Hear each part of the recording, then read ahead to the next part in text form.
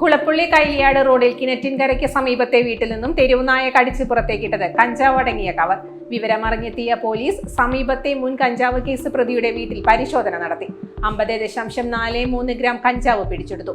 സംഭവത്തിൽ വീട്ടിലുണ്ടായിരുന്ന മുൻ കഞ്ചാവ് കേസ് പ്രതി മമ്മിളിക്കുന്നത്ത് മുകേഷിന്റെ ഭാര്യ പ്രവീണയെ പോലീസ് അറസ്റ്റ് ചെയ്തു. പോലീസ് വരുന്ന വിവരമറിഞ്ഞ പ്രവീണ വീട്ടിലുണ്ടായിരുന്ന കഞ്ചാവ് വീടിനകത്തെ ശൗചാലയത്തിലിട്ട് വെള്ളമൊഴിച്ച് കളഞ്ഞതായും കണ്ടെത്തി. പോലീസിന്റെ ശാസ്ത്രീയ പരിശോധനാ വിഭാഗം എത്തി ക്ലോസറ്റിൽ നിന്നും സമീപത്തു നിന്നുമായി കഞ്ചാവ് പിടിച്ചെടുത്തു. കഞ്ചാവ് ഉണ്ടായിരുന്ന ഇന്നോവ വാഹനവും പോലീസ് കസ്റ്റഡിയിലെടുത്തിട്ടുണ്ട്. കേസിൽ പ്രവീണയുടെ ഭർത്താവ് മുകേഷാണ് രണ്ടാം പ്രതി. ഇയാളെ കണ്ടെത്താനായിട്ടില്ലെന്ന് പോലീസ് പറഞ്ഞു. തെരുവുനായ പുറത്തേക്കിട്ട കഞ്ചാവ് കവറിനെ കേന്ദ്രീകരിച്ച് പോലീസ് നടത്തിയ അന്വേഷണമാണ് മുകേഷിന്റെ വീട് വരെ എത്തിയത്. വീടിന് മുമ്പിൽ 3 കാറുകൾ ഉണ്ടായിരുന്നു. ഇതിൽ ഒരു കാറിൽ നിന്നാണ് കഞ്ചാവ് പിടിച്ചെടുത്തത്. മുകേഷിനെതിരെ മുമ്പും കഞ്ചാവ് കടത്തിയതിനും വിൽപ്പന നടത്തിയതിനും കേസുണ്ടെന്ന് പോലീസ് പറഞ്ഞു.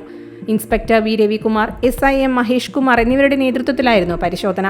പ്രവീണയ്ക്ക് പോലീസ് ജാമ്യം അനുവദിച്ചു.